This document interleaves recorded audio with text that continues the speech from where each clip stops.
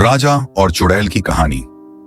एक समय की बात है, एक राजा था जो अपनी प्रजा के प्रति बहुत ही नेक, न्यायप्रिय और बुद्धिमान था।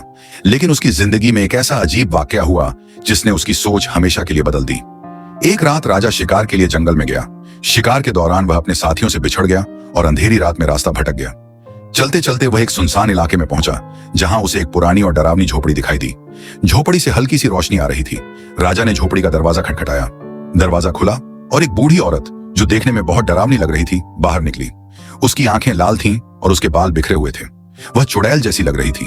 बूढ़ी औरत ने राजा को देखा और कहा, तुम कौन हो और यहाँ क्या कर रहे हो?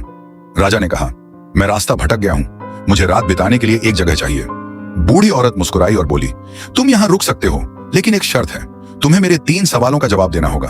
अगर जवाब गलत दिया तो तुम्हें मेरी कैद में रहना पड़ेगा। राजा ने चुनौती स्वीकार कर ली। बूढ़ी औरत ने पहला सवाल पूछा, दुनिया का सबसे बड़ा खजाना क्या है? राजा ने जवाब दिया, ईमानदारी और प्यार। चुड़ैल मुस्कुराई और बोली, सही जवाब। दूसरा सवाल था, सबसे बड़ी ताकत क्या है? राजा ने कहा, ज्ञान और धैर्य। चुड़ैल ने फिर सिर हिलाकर कहा, सही। आखिरी सवाल था, सबसे बड़ा दुश्मन कौन है? राजा ने सोचकर कहा, मनुष्य की अपनी स्वार्थी सोच। बूढ़ी औरत जोर से हंसी और बोली, तुम सच में बहुत बुद्धिमान हो, तुमने मेरी परीक्षा पास कर ली। फिर अचानक बूढ़ी औरत का रूप बदल गया। वह एक खूबसूरत परी में बदल गई और कहने लगी, मैं एक परी हूं और यह एक परीक्षा थी। तुम्हारी बुद्धिमानी और न्यायप्रियता ने मुझे प्रभावित किया है।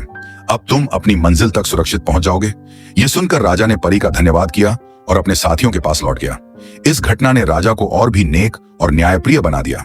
कहानी से शिक्षा यह है कि बुद्धिमत्ता, धैर्य और प्यार से हर समस्या को हल किया जा सकता है।